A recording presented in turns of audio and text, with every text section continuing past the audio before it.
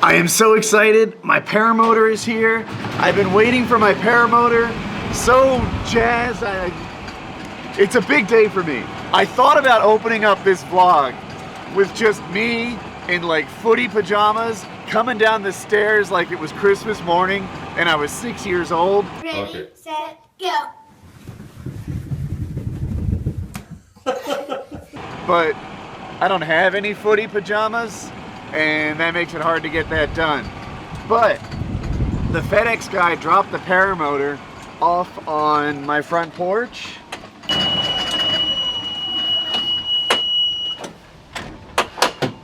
That's my paramotor. Let's put it in the golf cart and take it to the garage for assembly. If you're going through life without a golf cart, you gotta get one. I love my golf cart. It looks like they sent me 2 paramotors. One of them should be the carrying rack. I don't know which. Let's open the boxes. I think they sent me a box full of junk. Okay. I see now. This is their like ultimate carrying rack. Oh, nice. You put it in your car hitch receiver. Let me fix the camera angle. Okay. This part goes in your car hitch and you put that in and secure it. This part holds your paramotor. This part holds your fuel tank, and this is like a chair for getting set up and whatnot. We'll go to this later after she's assembled. Okay, this must be the paramotor. Aviator, who's one of the owners for this thing, the company that sells these. You guys might know Eric the Aviator from the old school Call of Duty days. He has made a video on how to assemble this. I have watched it an embarrassing number of times. I can be like a little kid sometimes. Aha! Let's put the knife away before I make a mistake.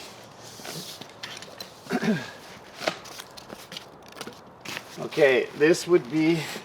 Oh wow! It's more assembled than I predicted. Although I guess I should know how assembled it is, how often I've seen the video, but let's, anyway.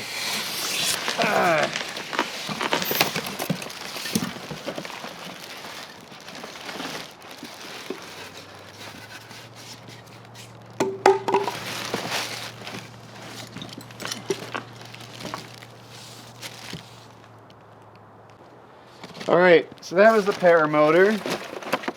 There's some packing stuff here and there. Oh good, this is to hold my reserve parachute in case something goes horribly wrong. And this is the cage and hoop stuff.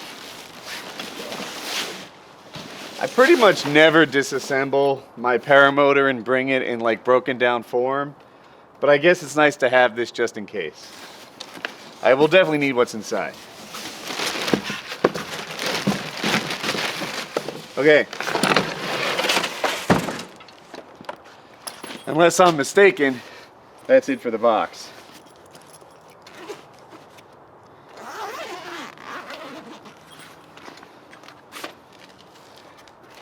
Stickers, spars, a propeller. Oh, you know, I was hoping it would have propeller covers for travel.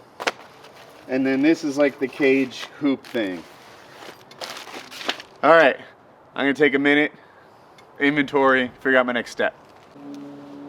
Okay, so while you were gone, I verified basically that I got everything out of the boxes and it's what I wanted. It is the Air Conception Nitro 200 with e-start, like electronic start, like battery operated start, and the throttle is set up on the right side. I've since been informed that all the cool kids put the throttle on the left side so their right hand is free to take selfies. And as silly as that sounds, I'm like, you know what? That might actually be important to me. But I'm getting a new paramotor and I don't want to like introduce too many new variables to what I'm learning. I'm not that experienced to pilot. So, yeah, I guess if I were to describe myself, I'd say maybe I'm an advanced beginner becoming an intermediate pilot. I feel pretty good now that when I fly, I know what I'm doing. I don't need any help, and things that what I want to happen actually happens. But, you know, I'm also not that experienced either. So anyway, it's the right paramotor. Let's start taking it apart a little bit, or getting it put together. Opposite of that. I use this multi-tool all the time. I don't know how you other people live without knives and screwdrivers and pliers on you. My whole life is filled with tasks like this one. You might not be a paramotor guy, but to me this is very pretty. Okay, so the next thing I need to do is take these two arms and attach this to get the harness kind of set up and put together. I was gonna say I untangled it, but it really wasn't tangled. I just got my head square on it, and I'll show you how this attachment mechanism works. I'll show it to you. So no paramotor is perfect, and I'm not an expert, so don't like take this to the bank too much, but if there's one single thing about this paramotor that has my attention, it's this attachment mechanism. I'll show you. So what happens is this bolt goes through here and then it screws in. Now it's kind of double held, right? Not only does this have some tension, but on the back there is this, it looks like it's a bolt with some thread sealer on it that holds it tight too. So it's kind of like a double tension type thing. The only thing is this is a really critical part. Like if this bolt fails or shears, you're gonna have a super bad day. Now I suppose you'd still be hanging here from the wing, but with this loose, like how lopsided would it be? Would you spiral to the ground? I don't know exactly, but it just means that you got to pre-flight this every single time and make sure that you like it. And Eric Farewell, if you happen to catch this, which I think you catch a lot of my videos, I wonder if this is like an aviation certified bolt. If it's not, then that's probably a really smart idea. But anyway, so you get this tight enough that this still moves, but it doesn't have any play. I think I got it just where I want it. And then in the back here, we can make this bolt nut super tight so that it stays where we want it to stay. I'll do that off camera because, you know, how exciting can this be to watch? And now I'll just do the other side. Same thing. I need tools to loosen this. Tighten, tighten, tighten, tighten, tighten. Damn it! You know how you can quote a movie that you've seen a bunch of times? That's how I feel about the air conception assembly video, because I've been very excited about this. Anyway, next step is the spars.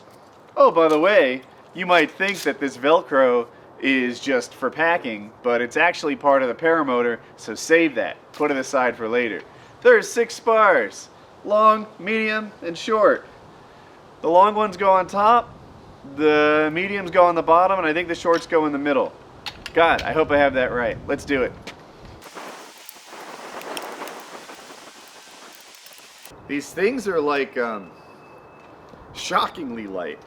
Like, I wish there was some way I could let you feel it over the internet, but there's just nothing to this. I hope it's strong, but it's shockingly light. All right, I'm plowing ahead in the bold hopes that I've done this right so far. So, next up comes this guy. Again, these will be used on the paramotor, so don't just toss them in the fire, whatever wacky plans you might have had for them.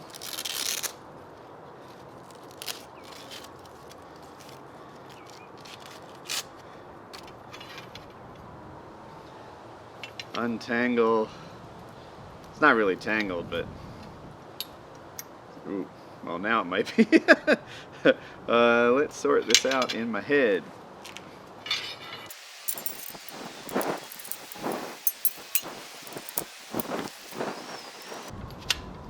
All right, I think that went nicely.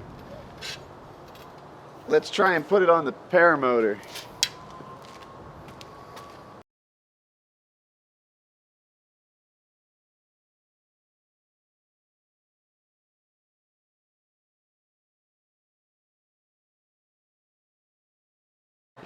So here at the bottom it's held on differently. They have these cage clips.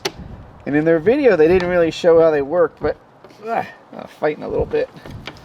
Once you get in real life, it seems pretty straightforward. Ugh. Except for the fight, you son of a bitch.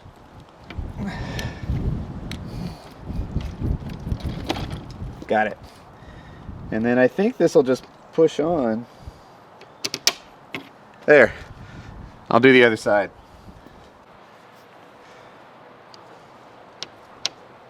The cage clip has this screw in it.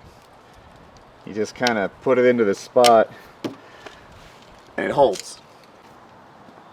Okay. I have cut out the last, like, I don't know, 15-20 minutes of real time because I spent a fair amount of time trying to figure out how this routes.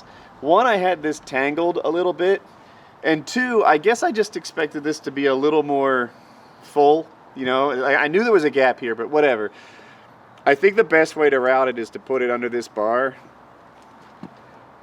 and under this bar, and that's ideal. I feel like it's tucked out of the way, as out of the way as it's going to get in here, and now that's done. Velcro time. Now in their video, they did the Velcro already at this point, whereas I'm doing it last. That's not really by design. It just means that I didn't realize they did it before they clipped it at the bottom. But we will Velcro this, and you can see how it is. Like these things should kind of stay together, but with the Velcro, they should really stay together.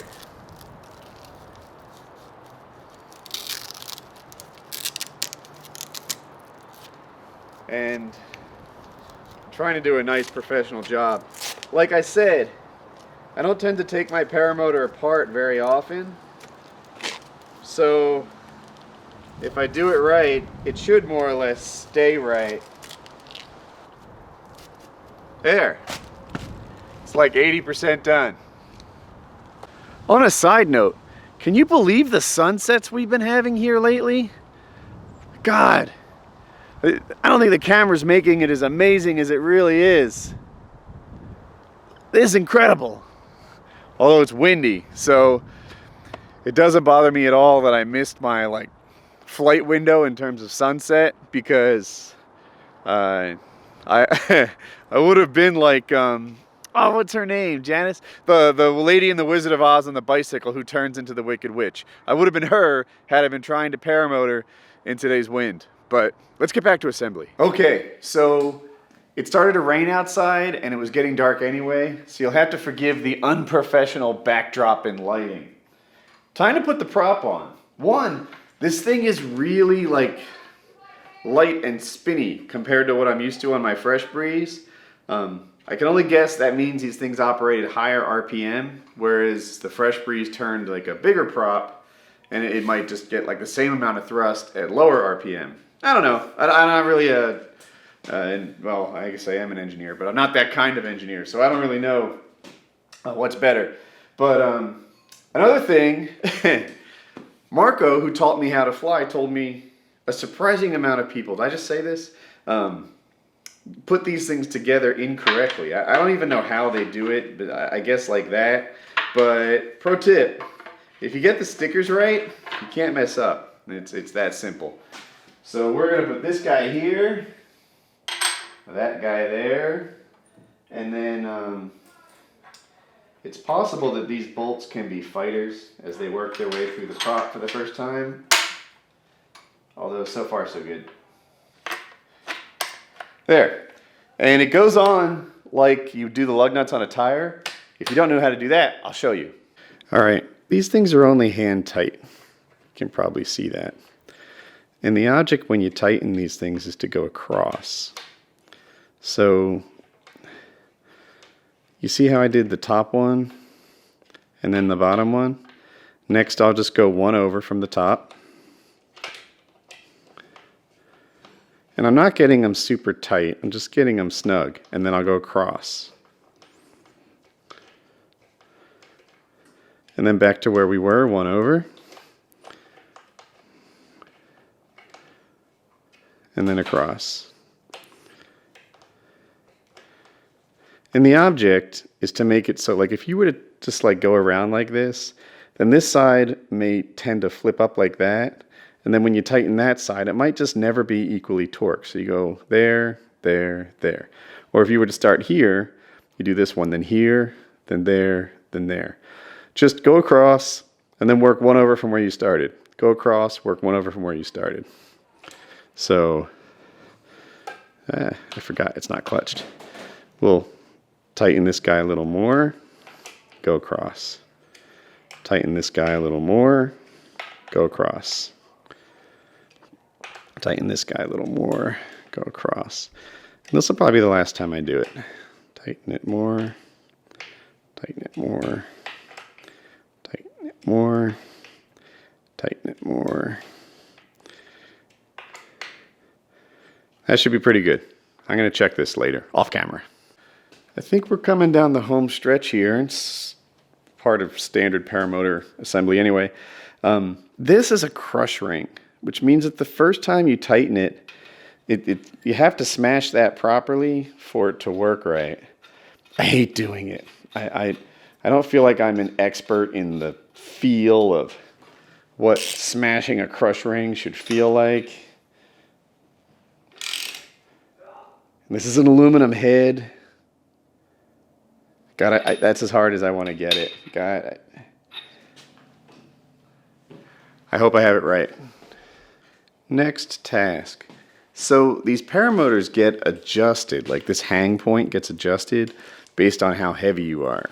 And Eric said that I should put mine 5.5 inches back from the front here. Which I got to iron out. Right out. There. I'll measure the other side too. All right. So with that, oh wow, this baby's tight. I gotta loosen this. Okay. And then we'll push this forward. It's my first time doing this.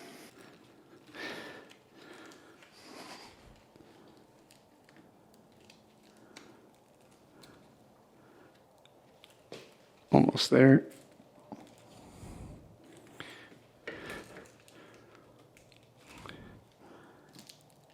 All right, I'll tighten that back up.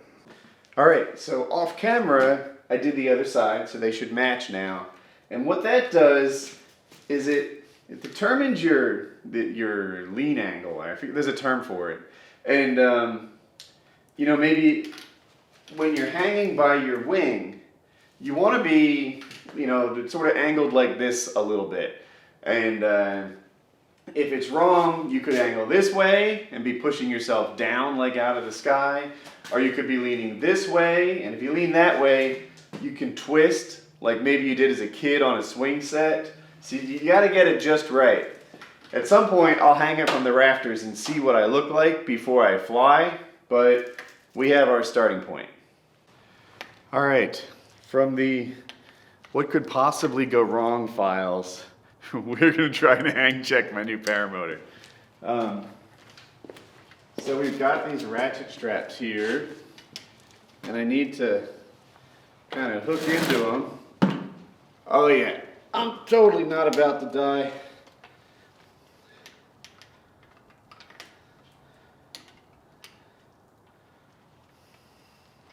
Okay. Now jump.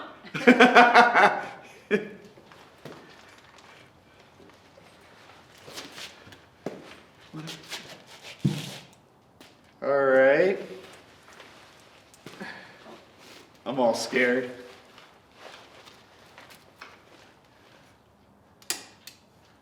Should be okay.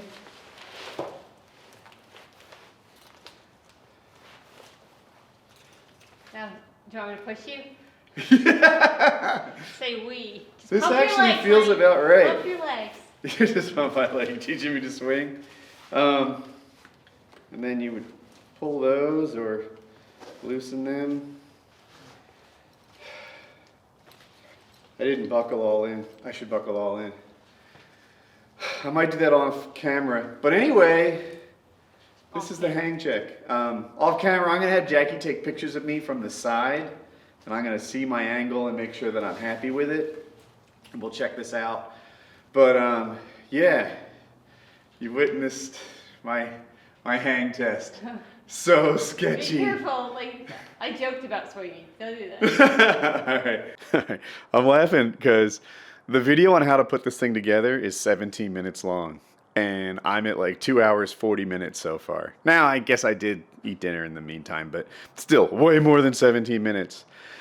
Now I'm on to extra credit stuff. One of the things that I regretted about my last Paramotor was not putting a hour meter or tachometer, this is both, immediately. So what happened was I put about 7.5 hours on it, and then I installed the hour meter. So you have to kind of like add 7.5 to get, roughly to get the correct number of hours.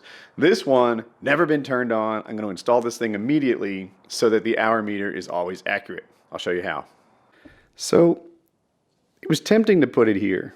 If you don't know, you hold it kind of like this, and this is your throttle. So it'd be super handy to just sort of curl it up and take a look at it like that. And it comes with this two-sided tape, kind of like a GoPro would mount, or like you stick a GoPro mount to a helmet or something. And even though that's pretty reliable, I just feel like it wouldn't be a forever mount, that eventually the corner would come up, it would be floppy, like it would be troublesome. So I'm going to mount it here with zip ties, because I just feel confident that that's a solution that's always going to stick right there. It's nearly as good, but I feel like it's more durable. So that's what I'm going to give a go. All right, let's see what we're looking at here. Starting it here, I'm going to go through the little mount holes, trying to somehow make these opposite. Yeah, that's right. I feel like it'll stay straighter. That's not opposite at all. Okay, well, it is what it is. So those two will go like that. Ooh, yeah, I like it down here better. All right, so that'll go there. Then I'm going to wind this here and take it back to the spark plug. All right, so in my opinion, installed pretty professionally. Do not judge me by the unclipped zip ties. I'm just waiting to turn it on and test it, and then I'll clean it all up. But I put it here, I twisted it throughout the throttle cable, and then around back, the throttle cable provided a nice routing to get through there. I'm not sure I'm filming it very well, but I just kind of kept with the throttle cable, and then I wrapped it around here on the cable that feeds the spark plug. So let's see if I can get a shot of that. There you go, about 5 reps, I think. So this thing is all installed. Another thing I did is I put some fuel in it because we're getting really close. And the last thing, I don't think I told you guys, but I sent those pictures of me hang testing to Eric, and then he had me adjust it, move it forward 1/2 inch, and I sent him new pictures, and he loved it. So the hang check is done, and I had, I guess, Eric Farewell himself make sure that it's hanging the way that he thinks it should hang, which is nice. Eric, if you catch this, I appreciate your help. It was like 6:30 p.m. For all I know, you're at home at the dinner table with the family, and you stopped to do my hang check. But I appreciate that, and soon we'll fire this thing up. All right. This Paramotor has a different kind of priming system that I'm used to. I'm used to a bulb, which gives me like measured amounts, and after a couple starts, you get good at it. This is, you blow on it, so I'm not good at it yet. We'll see how well this starts. Here goes nothing.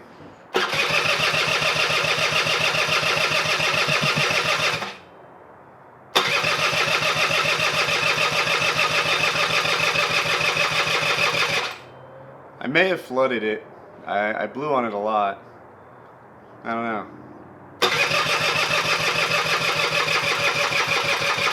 Ah! I'm killing the battery! Fail. Hey guys, it's Woody from the future.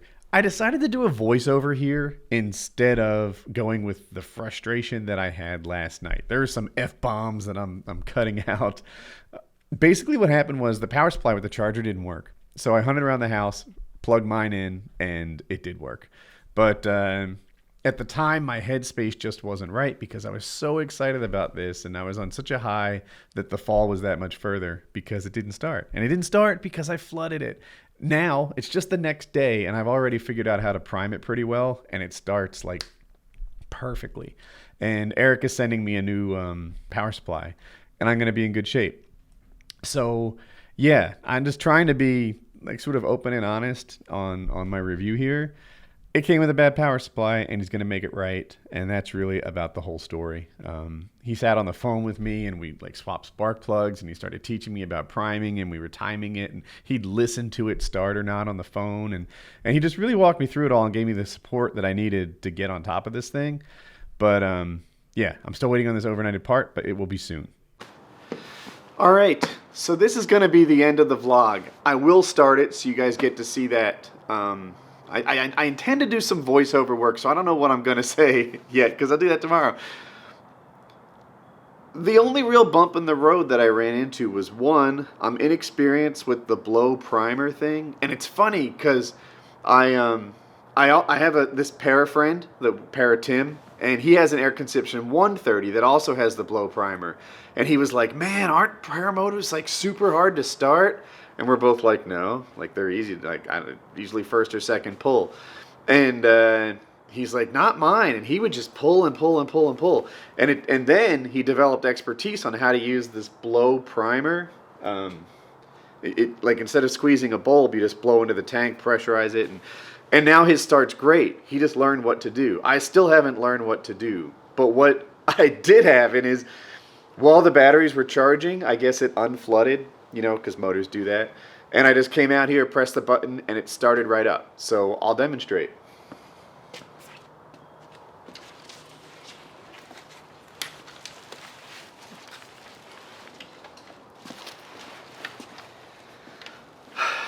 This is the green start, this is the red kill, and my expectation is, I'm going to go outside, my expectation is that it just starts.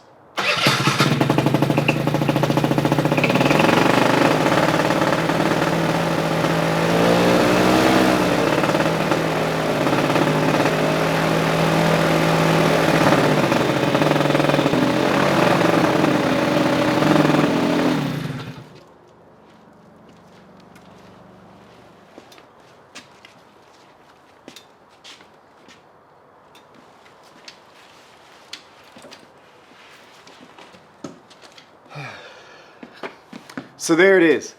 It's incredibly light. It's everything that the people say it is in terms of like walking around with it on my back. I look forward to experiencing the rest of it. I want to see what launches are like, what landings are like with an incredibly light paramotor. I know that just getting it around the shop, putting it in my car, things like that, that is so much better. I can already see that. Doing a hang test, I don't know. I'm like a better athlete, right? Like if you put on a really heavy fat or paramotor, you're like the fat kid. Like, I don't know, you're just half ready to fall already. With this thing, I move better. But I haven't flown it, and I look forward to that part of it too. I think I'm just gonna sort of set this project aside for tonight. Tomorrow morning, it's not a good flying day, according to the weather report. So I'm just gonna tomorrow take some time, snip all those zip ties I didn't snip, install the reserve parachute, warm it up, run it in, get it really ready for its first flight.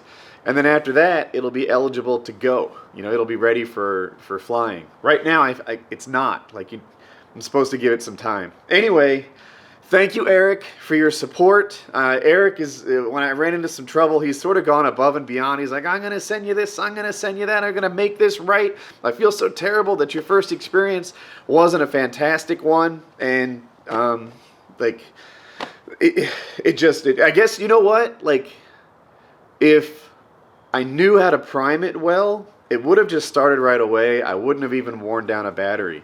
But because I primed it wrong, that, exposed it. The battery charger wasn't working. It left me hunting around the house for stuff, and it set sort of a chain of events that got me frustrated for a little bit. But now that's in the past.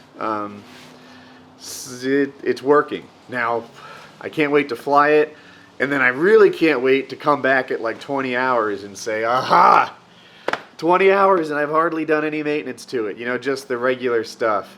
It doesn't drop me out of the sky in flights and things like that. So right now it's brand new. I've assembled it. It's like Christmas. I can't wait to play with it. I hope you enjoyed the vlog. Oh, by the way, game changer. Multi-million-dollar deals, got $1 million deal. When I was younger, I would wonder how $1 million feel. And for real, it feel like I ain't even broke a seal. Cause when you drop hits, they want you to pick up the bill. Now my life is in Maryland, my heart is in Chicago. New York state of mind, but out LA, man, that's where I go. When I need to lay this shit down, so much on my mind, that's the reason I'm spitting now.